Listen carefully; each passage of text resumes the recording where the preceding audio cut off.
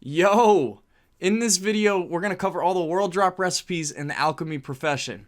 Now, granted, I'm going to leave 2 or 3 world drop recipes out just because it's easier to categorize in some of these later videos, but in this video specifically, I'm going to touch lightly on each item, do a little bit of fun speculation, and at the end of the series, I'm going to really wrap it up, use all of your guys' comments, all of my buddies' knowledge, and really evaluate each item and see its best usability, how to make gold with all these items. So if you have some ill knowledge, throw it in the comment section, but without further ado, let's dive right in.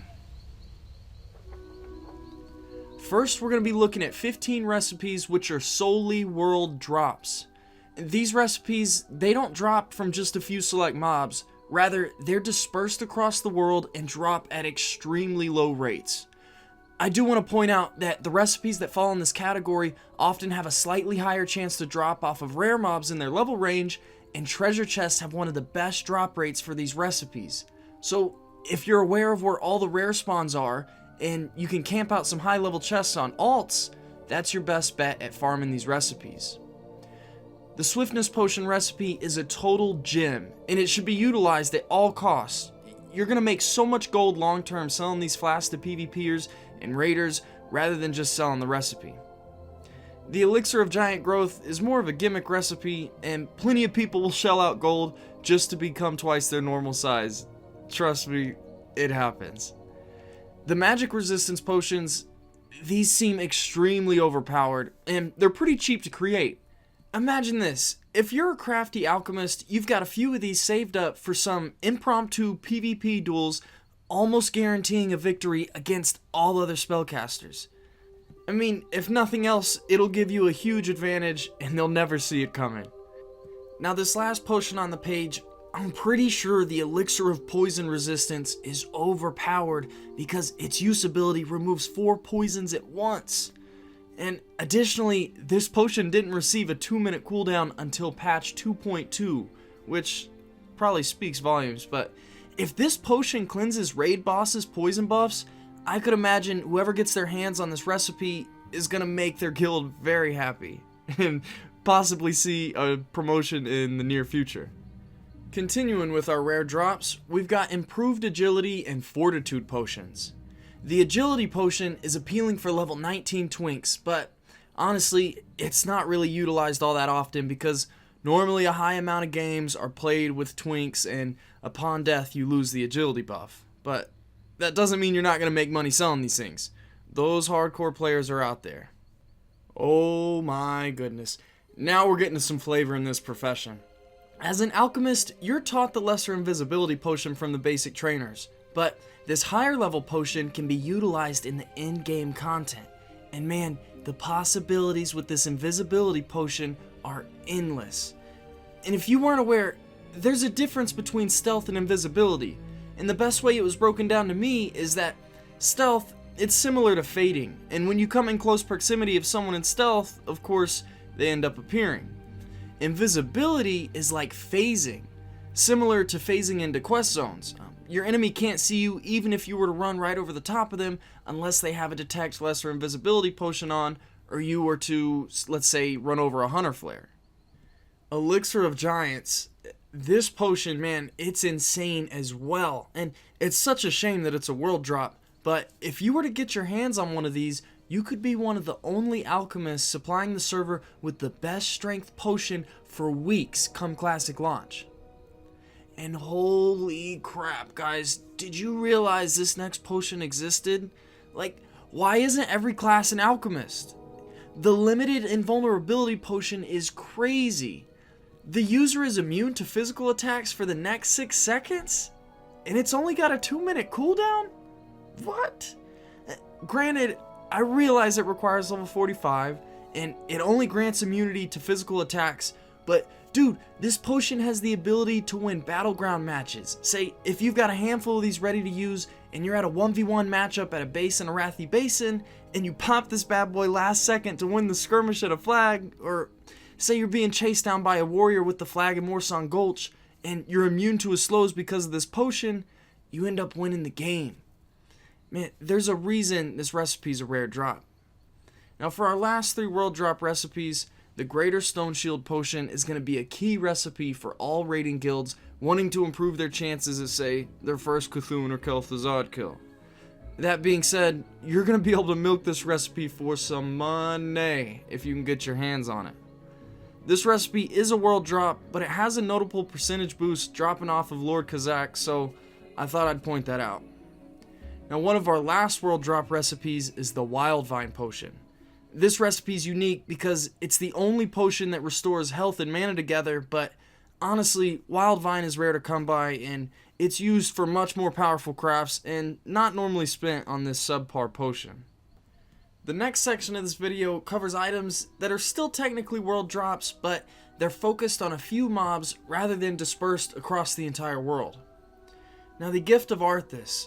This is a neat looking potion, but it seems like it's only going to be utilized in very unique situations. If someone knows where, throw that down in the comment section for me. Now, the usability on the Elixir of Dream Vision is freaking awesome. And I remember always wanting to get my hands on one of these potions just to experience its effect. My imagination ran wild as a kid. But yeah, upon use, your body is left lying on the ground and you have 2 minutes to roam free and explore as far as you can go in that time frame. You could get really creative with this potion, it's quite the novelty. Mighty Rage Potion is freaking awesome for warriors, and I'm so sad it wasn't until patch 3.2 did they make this potion available to druids in bear form. This is just another case of how advantageous potions from Alchemy can be for your character in PvP or even PvE content. Now, Elixir of the Sages. This is an awesome potion, and it's fairly easy to obtain because of its farming spot in the Eastern Plaguelands. All clothies are going to benefit from this potion, and this is just another one of those cases. Imagine at Classic launch, you own that Scarlet Crusade area, and you just own the farm for this recipe. You could end up making some gold with this thing. Now, finally, we have the Elixir of the Mongoose. Holy moly, imagine if you had this buff active at all times as a rogue, druid, or even a hunter. You'd be unstoppable. Now lastly, alchemists have the ability to craft powerful in-game resistance potions for each type of resistance. And yes, these are world drop recipes, but don't fret, they can easily be farmable. You've just got to go a little bit out of your way to obtain them. These recipes are going to be well worth your time, and every single guild is going to need at least one alchemist to craft these potions. Let's wrap up this video by taking a look at where the specific world drop recipes are found. Based off the Classic database website, these drops range from 1 to 4%, but those numbers should really be used more as a reference of how often you're going to find these recipes and not taken as a matter of fact. The Elixir of Ogre Strength is found off of 2 types of ogres in the Volgol Ogre Mound encampment in southwestern Duskwood. The Skeletal Flayers and Slaver and Ghouls hold the recipe to Gift of Arthas and shouldn't be that hard to pick up if you're in the area for a while. There's plenty of these mobs. The Elixir of Dream Vision is dropped off of all 5 of the world boss dragons, as well as Lord Kazak, Onyxia, Nefarian, and Kazranka. These are ranging anywhere from 1 to 3% on the website. That's probably about what we're going to see come retail. These are going to be your best chances at this recipe, although it is considered a world drop as well, so you could end up landing a fortune off a random beast in Fairlist or say a Furbolg in Winterspring. Elixir of Greater Firepower is obtained from the dwarves scattered across the Searing Gorge. The lovely Mighty Rage Potion is dropped off of one mob and one mob only, and that's the Blackrock Slayer found in the Burning Steppes. Elixir of the Sages is a really beneficial elixir to craft, and its recipe is dropped off of the Scarlet Crusaders in Eastern Plaguelands. Although it may be hard to find, as I know this is a well-known farm, and oftentimes someone's there trying to get rich quick off of this recipe. Elixir of the Mongoose, this recipe is dropped off of the Jadefire and Lagashi Rogues found in Felwood and Najara. This is an insanely good recipe and should be sought out by all alchemists. Alright, the home stretch are greater resistance potions. The Fire Resist potion is dropped off of the Firebrand Pyromancers and Invokers found in Lower Blackrock Spire. The Frost potion can be found off of the Frostmaw Giants in Southern Winterspring. The Nature Resist potion is found in the Weeping Cave in Western Plaguelands and dropped off of the Rotting Behemoth in Decaying Horrors. Greater Arcane Resist recipes are dropped off of the Cobalt Mage Weavers found in Central Winterspring. The last item on our list is the Greater Shadow Protection Potion. This recipe can be obtained off of 2 different mobs in Eastern Plaguelands, the Shadow Mages and the Dark Adepts. So to sum this video up, unfortunately, some of the neatest recipes in Alchemy are world drops, and they're really hard to come by. There's a few cool consequences because of this though. It's like if you end up getting your hands on some of these recipes, like the Elixir of Giants, or the Limited Invulnerability Potion, especially near the beginning of a new server, you could really bring in the dough, and possibly put your guild ahead of the curve knowing one of these key recipes. Now, I hope this video gave you a better understanding of what Alchemy can offer you in Classic WoW and whether or not it would fit your playstyle. Tell me some of your favorite items on this list and some cheeky game mechanics you plan on taking advantage of. Thanks for watching and supporting your boy, Grace for Days.